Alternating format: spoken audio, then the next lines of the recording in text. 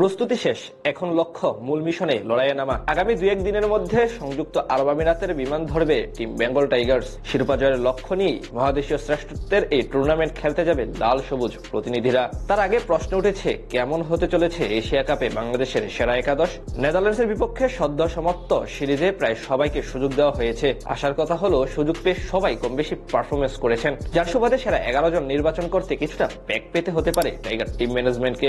Bat হাতে অসাধারণ এক বছর পার করছেন দুই তরুণ তানজিদ হাসান তামিম এবং পারভেজ হোসেন ইমন। বলা চলে প্রতি ম্যাচেই দুজনের একজন ভালো শুরু এনে দিচ্ছেন বাংলাদেশকে। সেই ধারাবাহিকতায় এশিয়া কাপেও তাদের উপরই আস্থা রাখতে চাইবে টিম ম্যানেজমেন্ট।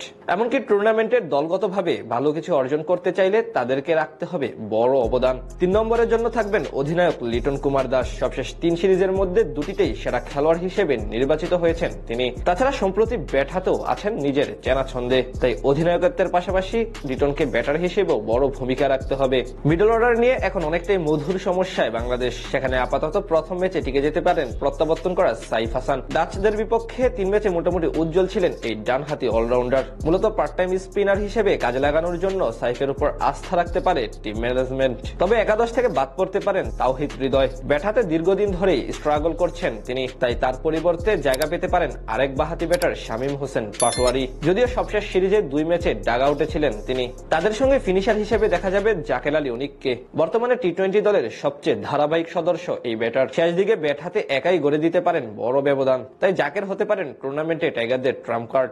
স্পিন বিভাগের নেতৃত্বে থাকবেন সহ অধিনায়ক শেখ মাহাদি হাসান। বল হাতে নিজের চেনা ফর্মেই আছেন এই ডানহাতি অলরাউন্ডার। তার সঙ্গে আরো থাকতে পারেন লেগ স্পিনার রিশাদ হোসেন। সংযুক্ত আরব আমিরাতের কন্ডিশনে যার দিকে নজর থাকবে সকলের। পেস ইউনিট নিয়ে অবশ্য এক প্রকার মধুর সমস্যায় আছেন হেড কোচ ফিল সিমন্স। কাকে রেখে কাকে নিবে সেটাই যেন বড় প্রশ্ন তার কাছে। সেখান থেকে সবচেয়ে বেশি এগিয়ে চলতি বছর এখনো কোনো ইন্টারন্যাশনাল টি-20 ম্যাচ না হারা মুস্তাফিজুর রহমান, যাকে নিয়ে বড় স্বপ্ন দেখছে টাইগার ক্রিকেট প্রেমীরা। তার অ্যাসিস্ট্যান্ট হিসেবে থাকতে পারেন তাসকিন আহমেদ এবং তানজিম হাসান সাকিব। এই দুজনও আছেন দুর্দান্ত ফর্মে। সব মিলিয়ে বলা চলে এশিয়া কাপে বেশ ভারসাম্যপূর্ণ একাদশ নিয়ে মাঠে নামবে লাল সবুজ প্রতিনিধিরা, যেটা টুর্নামেন্ট জয়েরও সামর্থ্য রাখে। প্রস্তুতি শেষ, এখন লক্ষ্য মূল মিশনে লড়াইয়ে নামা। আগামী 2-1 দিনের মধ্যে সংযুক্ত আরব আমিরাতের বিমান ধরবে টিম বেঙ্গল টাইগার্স। শিরোপা জয়ের লক্ষ্য নিয়ে মহাদেশীয় শ্রেষ্ঠত্বের এই টুর্নামেন্ট খেলতে যাবে লাল সবুজ প্রতিনিধিরা।